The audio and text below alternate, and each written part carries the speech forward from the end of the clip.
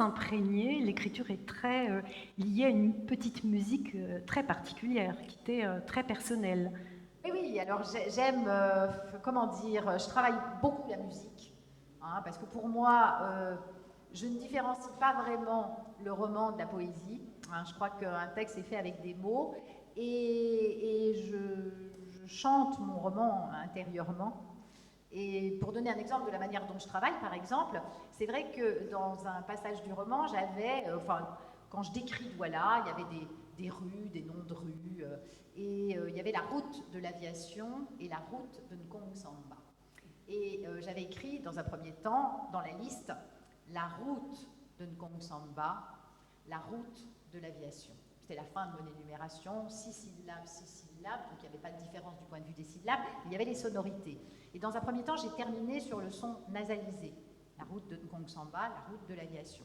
Puis après, je me suis dit, alors, parce qu'il y a des assonances, il y a des réponses, les sons se répondent, et après, je me suis dit, ce serait peut-être mieux d'avoir la route de l'aviation, la route de Nkong Samba, qui ouvre sur un A très ouvert. Bon, et j'ai dû déplacer 30 fois, si ce n'est pas plus.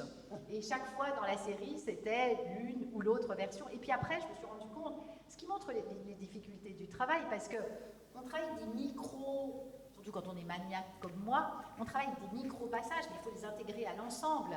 Et du coup, après, quand j'ai fait mon énumération, c'était pas très cohérent avec l'image de Douala que je donnais, j'ai abandonné ma série. Donc j'ai plus à choisir entre la route de Nkong Samba, la route de l'aviation, la route de l'aviation, la route de Nkong Samba.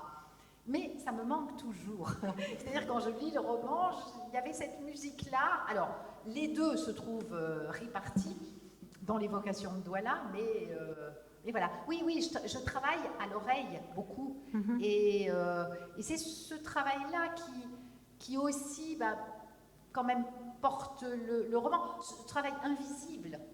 Hein, mais voilà, on polit, on essaie de faire en sorte que ce soit le plus évocateur possible.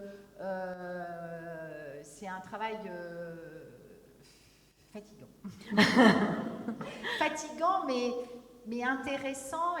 Et quand on sent qu'on réussit ou qu'on touche quelque chose ou que le lecteur est touché et sans peut-être savoir le travail que ça a demandé, mais est sensible, eh bien on est largement rémunéré du temps qu'on a pris. Oui. Et surtout après, en fait, quand tu vois tes lecteurs et tu découvres peut-être autre chose que ce que tu as écrit parfois. Oui, parfois. Et les lecteurs voient des choses qu'on ne voit pas toujours soi-même, bien sûr.